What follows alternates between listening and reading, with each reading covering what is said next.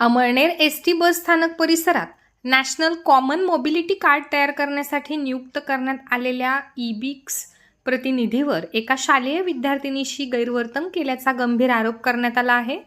या घटनेमुळे बसस्थानक परिसरात खळबळ उडाली असून संबंधित विद्यार्थिनीचे पालक आणि ग्रामस्थांनी अमळनेर आगार व्यवस्थापकांकडे लेखी तक्रार दाखल केली आहे।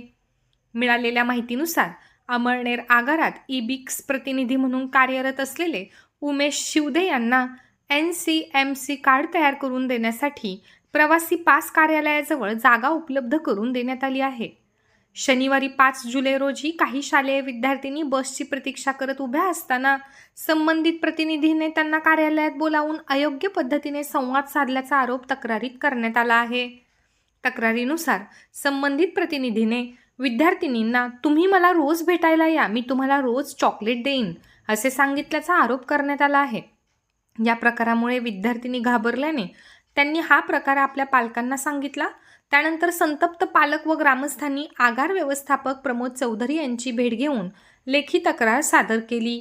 घटनेचे गांभीर्य लक्षात घेऊन आगार व्यवस्थापकांनी संपूर्ण प्रकरणाचा अहवाल विभागीय वाहतूक अधिकारी जळगाव विभाग यांच्याकडे पुढील कार्यवाहीसाठी पाठविला आहे।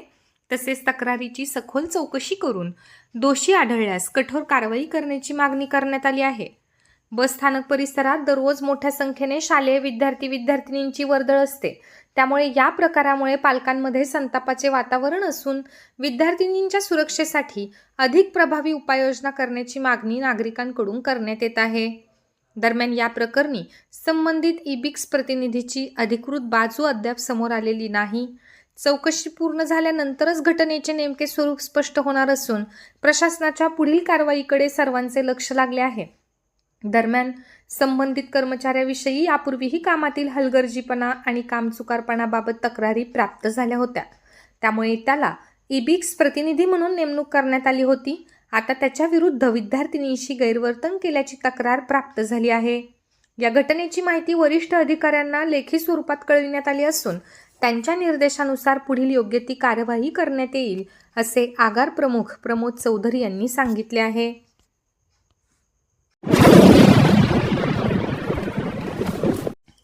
अमळनेर शहरातील अमळनेर शिक्षण प्रसारक मंडळ संचलित साने गुरुजी विद्या प्राथमिक विद्या मंदिर शाळेच्या शिक्षक प्रतिनिधीपदी ज्येष्ठ शिक्षक संजय रंगराव जगताप यांची निवड सर्वानुमते बिनविरोध करण्यात आली आहे।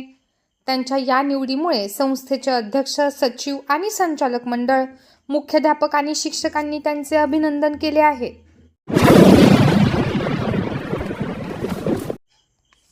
अमळनेर शहरातील नागरिकांच्या आरोग्याशी निगडीत असलेला आणि गेल्या अनेक वर्षांपासून प्रलंबित असलेला जलकुंभांच्या साफसफाईचा प्रश्न अखेर मार्गी लागला आहे। माजी आमदार शिरीषदादा चौधरी यांच्या मार्गदर्शनाखाली आणि नगराध्यक्ष डॉक्टर परीक्षित बाविस्कर यांच्या आरोग्य प्रथम अजेंडा अंतर्गत या ऐतिहासिक मोहिमेला मंजुरी मिळाली। मुख्याधिकारी गणेश शिंदे यांच्या चोख नियोजनामुळे पाणी पुरवठा विस्कळीत न होता काम वेगात सुरू आहे। पाणी पुरवठा सभापती कैलास नामदेवराव पाटील यांनी दिलेला शब्द पाळत कोर्ट मागील जलकुंभानंतर आता तांबेपुरा जलकुंभाच्या स्वच्छतेचे काम युद्धपातळीवर सुरू केले आहे। वर्षानुवर्षे साचलेला गाळ उपसण्याच्या या धाडसी निर्णयामुळे तांबेपुरा परिसरासह संपूर्ण अमळनेरकरांकडून सभापती कैलास पाटील यांच्यावर कौतुकाचा वर्षाव होत आहे। या मोहिमेमुळे आता अमळनेरकरांना शुद्ध व जंतुमुक्त पाणी मिळणार आहे।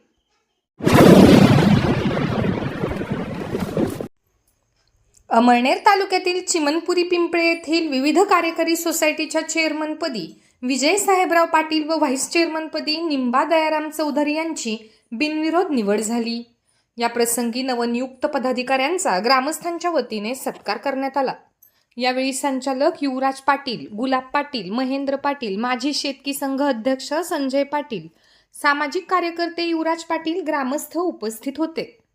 निवडणूक अधिकारी म्हणून महाजन तर सचिव म्हणून रवींद्र पाटील यांनी जबाबदारी पार पाडली।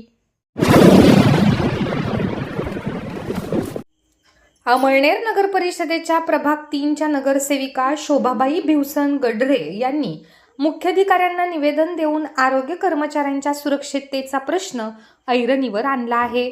आरोग्य विभागातील कर्मचारी गटार, नाले, कचरा व अस्वच्छ ठिकाणांची साफसफाई करत असल्याने त्यांना संसर्गजन्य आजारांचा मोठा धोका असतो असे निवेदनात म्हटले आहे. त्यामुळे या कर्मचाऱ्यांची वेळोवेळी नियमित वैद्यकीय तपासणी करण्यात यावी अशी मागणी त्यांनी केली आहे. तसेच कामाच्या ठिकाणी सुरक्षिततेसाठी कर्मचाऱ्यांना रेनकोट, गमबूट, हातमोजे, मास्क आणि संपूर्ण सेफ्टी किट तातडीने उपलब्ध करून देण्याची आग्रही मागणी करण्यात आली आहे. प्रशासनाने यावर तात्काळ योग्य ती कार्यवाही करावी अशी अपेक्षा व्यक्त होत आहे.